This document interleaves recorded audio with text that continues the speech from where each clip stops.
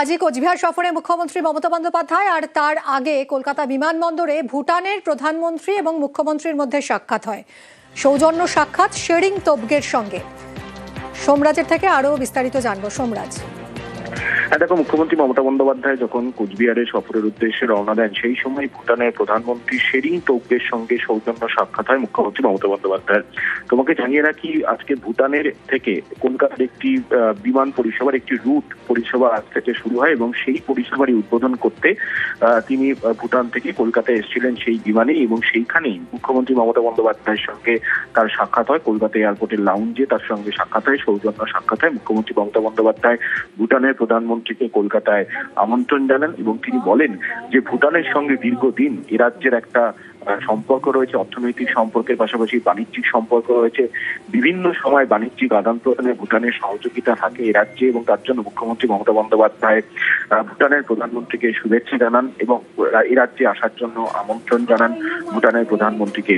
আজকেই যখন ভুটানের একটি রুটের বিমান পরিষেবা শুরু হয় কলকাতা থেকে, সেই রুটের পরিষেবার সূচনা করতেই কলকাতায় আসেন ভুটানের প্রধানমন্ত্রী এবং সেই সময় মুখ্যমন্ত্রী মমতা বন্দ্যোপাধ্যায়ের সঙ্গে সৌজন্য সাক্ষাৎ হয় বলেই সূত্রের খবর।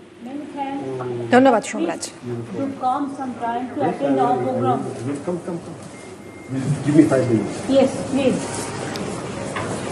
ভুটানের প্রাইম মিনিস্টারের সঙ্গে আজ মুখ্যমন্ত্রী মমতা বন্দ্যোপাধ্যায়ের সৌজন্য সাক্ষাৎ হয় বিমানবন্দরে। সৌজন্য সাক্ষাৎ শেরিং তোবগের সঙ্গে Mamata Bandyopadhyay. How are you, my friend? I just came to know, and therefore, luckily, it touches our heart because I am also going the same time. Many thanks. But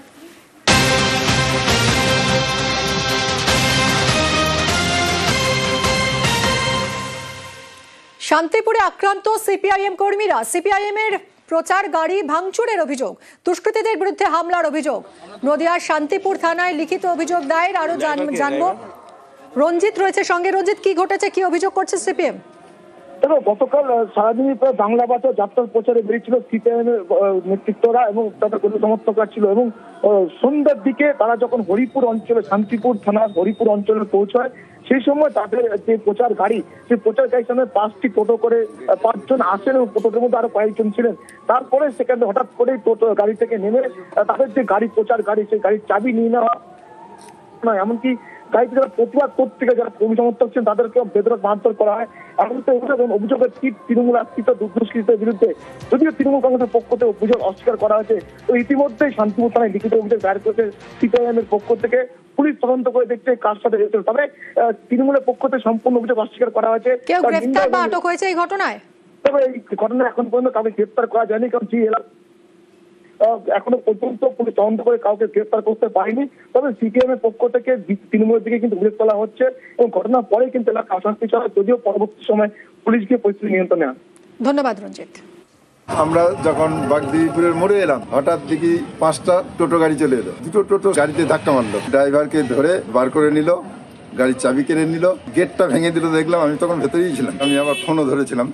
বলছি, ফোন করছিস, কাকে ফোন করছিস, এই বলে আমার ফোনটা কেড়ে নিতে গেল। আমি ফোন ছাড়িনি। এই যে যারা টোটো চালক মদ্যপ অবস্থায় ছিল, মদ্যপ অবস্থায় ছিল প্রত্যেকেই। হ্যাঁ, আমরা অনুমান করছি তারা বিরোধী দলের লোক। যারা টোটো চালায় যে প্রত্যেকেই যে তৃণমূল করে, এটা ভাবনাটা ভুল। হয়তো দেখা গেল যে টোটোওয়ালাদের সঙ্গে ওই প্রচারের গাড়ির সঙ্গে যেটা ঝামেলা হয়েছে, দেখা গেল তার সঙ্গে অন্য কোনো বিবাদ থাকতে পারে, সেই রাগটা পুষে রেখে তারা মারধর করতে পারে। এটার সঙ্গে রাজনৈতিক কোনো সম্পর্ক নেই এবং যারা করেছে তাদেরকে আমি ধিক্কার জানাই। মদ্যপ অবস্থায় এমনি টোটো চালানো বারণ, এটা আমাদের ইউনিয়নগতভাবে বলা আছে। তারপরেও এরা এটা যেটা করেছে, কারণ এর সঙ্গে তৃণমূলের কোনো সংযোগ থাকতে পারে না।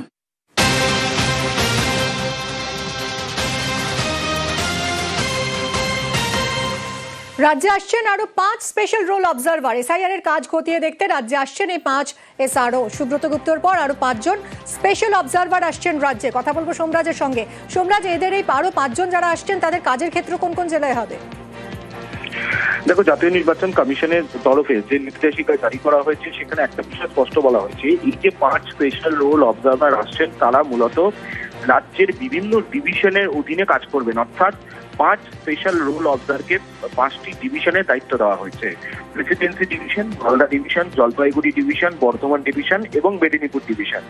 এই ডিভিশনে থেকে তারা বিভিন্ন জেলার এসআইআর কাজকর্মের উপর নজরদারি রাখবেন। তুমি জানো ইতিমধ্যে এনামোডেশন ফর্ম আপলোড এবং ডিজিটাইজেশন প্রক্রিয়া 11 তারিখ শেষ হয়ে যাচ্ছে।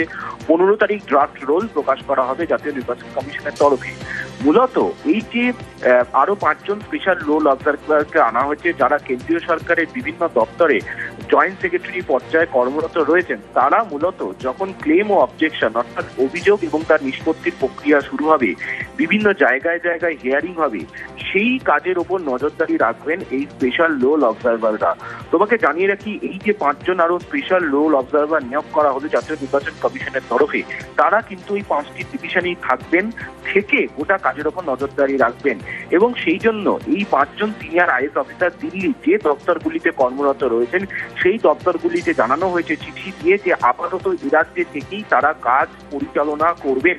একটা সাম্প্রতিক সময় নজিরবিহীন, এখনো পর্যন্ত এ রাজ্যে মোট 21 জনকে নিয়োগ করলো জাতীয় নির্বাচন কমিশন গোটা এসআইআর পর্বের কাজকর্মের নজরদারির জন্য, যার মধ্যে এ রাজ্যের অফিসার রয়েছেন 13 জন আর ভিন রাজ্য তথা দিল্লির অফিসার রয়েছেন 8 জন।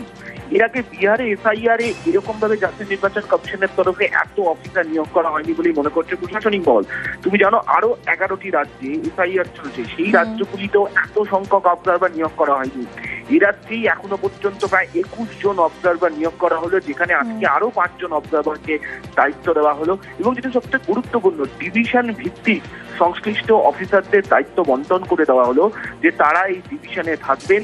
ডিভিশনে থেকে জেলা শাসক, ইলেকটোরাল রেজিস্ট্রেশন অফিসার, বিএলও এবং জেলা স্তরের যারা আধিকারিকরা রয়েছেন, যারা এই গোটা এসআইআর কাজকর্মগুলি করছেন, তাদের কাজের ওপর নজরদারি রাখবেন এবং প্রয়োজন মনে করলে তারা জাতীয় নির্বাচন কমিশনকে তাদের রিপোর্ট সরাসরি পাঠাবেন।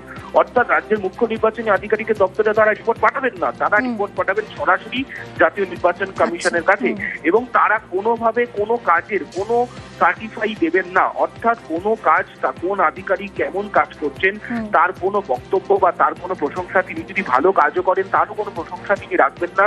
তিনি যদি মনে করেন কোনো আধিকারিক ভালো কাজ করছেন, সেই রিপোর্টও জাতীয় নির্বাচন কমিশনকে সরাসরি পাঠিয়ে দেবেন। এই 5 স্পেশাল রুল অবজারভারকে মূলত এই কারণেই এরা জানা হচ্ছে, এবং যারা 5টি ডিভিশনের থেকে 5টি ডিভিশনের অধীনে যে যে জেলাগুলি রয়েছেন, সেই জেলাগুলির কাজের উপর নজরদারি করবেন এবং সরাসরি তার রিপোর্ট জাতীয় নির্বাচন কমিশনকে পাঠাবেন।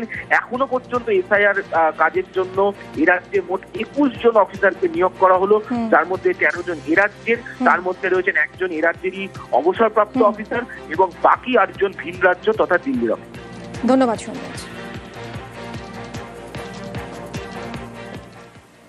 প্রায় 6 মাস পর ঘরে ফিরেছেন অন্তঃসত্ত্বা সোনালী খাতুন। এখনো বাংলাদেশে তার স্বামী দানিশ শেখ, প্রতিবেশী সুইটি বিবি এবং তার 2 ছেলেও বাংলাদেশে। এই 4 জন কবে বাড়ি ফিরবেন, বীরভূমে উৎকণ্ঠায় পরিজনেরা।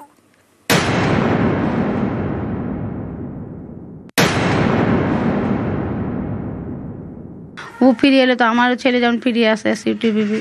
আমাদের মন খারাপ, আমার ছেলে কাঁদছে মার জন্যে। চলে আসে সুইটি বিবি, ছেলে সোনালীরা চলে এসছে। আমার ছেলে কেন আসবে? হ্যাঁ, আমার জন্ম এখানে, আমার সুইটিরও জন্ম এখানে। যখন জেল থেকে ছুটাই ওই তখনই আমার মেয়ের সাথে কথা বলেছি, আর আমি কথা বলতে পাই না। বীরভূমের পাইকরে সোনালী খাতুন প্রায় 6 মাস পর বাংলাদেশ থেকে ভারতে ফিরেছেন।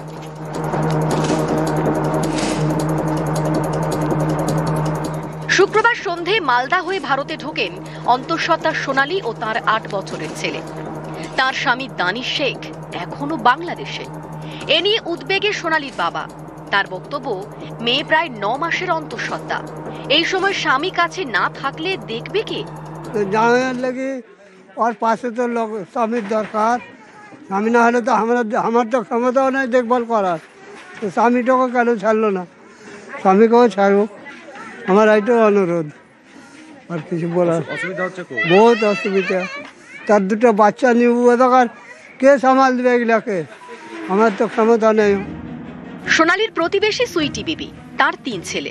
1 ছেলে রয়েছে বীরভূমের বাড়িতে, আর 2 ছেলেকে নিয়ে প্রায় 6 মাস ধরে বাংলাদেশে সুইটি। তার মায়ের প্রশ্ন, সোনালী তো বাড়ি ফিরেছেন, তার মেয়ে এবং নাতিরা কবে ফিরবে? ও ফিরে এলে তো আমারও ছেলে যেমন ফিরে আসে সিফটি বিবি। আমাদের মন খারাপ, আমার ছেলে কাঁদছে মার জন্যে। চলে আসে সিফটি বিবি, ছেলে সোনালিরা চলে এসছে। আমার ছেলে কেন আসবে? হ্যাঁ, আমার জন্ম এখানে, আমার সিউটিরও জন্ম এখানে। যখন জেল থেকে ছুটাই ওই তখনই আমার মেয়ের সাথে কথা বলেছি, আর আমি কথা বলতে পারি না। বিনা অপরাধে একজন ভারতীয় নাগরিককে কিন্তু তার দেশ থেকে বিতাড়ন করা হলো। সেই সঙ্গে তার যে বাচ্চা, সে কিন্তু শিক্ষা থেকে কিন্তু তার কিছুদিন হলেও সে বিরত হলো, এবং একটা ট্রমার ভেতর দিয়ে ওরা কিন্তু চলছে আজকে। মুরারইয়ের 2 নম্বর ব্লকের পাইকর এখানকার বাসিন্দা সোনালী খাতুন, তার স্বামী দানিশ শেখ, প্রতিবেশী সুইটি দিদি, সকলেই দিল্লির রোহিণীতে পরিযায়ী শ্রমিকের কাজ করতেন। সেখানে বাংলা বলায় বাংলাদেশি সন্দেহে দিল্লি পুলিশ তাদের আটক করে। অভিযোগ, 26শে জুন সোনালী তার ছেলে ও স্বামী সহ 6 জনকে জোর করে পাঠিয়ে দেওয়া হয় বাংলাদেশে।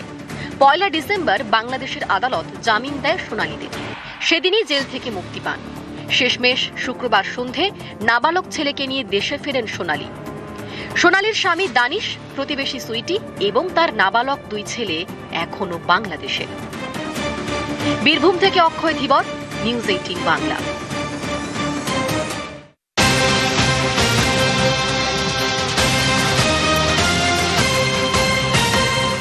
বউবাজারে যে বাড়িতে গতকাল চাঙড় ভেঙে পড়েছিল এবং বাসিন্দারা দাবি করছিলেন যে মেট্রো রেলে চলাচলের কারণে ভাইব্রেশন হয়, সেই ভাইব্রেশনই চাঙড় ভেঙে পড়ে, সেই ভাঙা চাঙড় মেরামতি হলো, নতুন বিম লাগালো মেট্রো কর্তৃপক্ষ।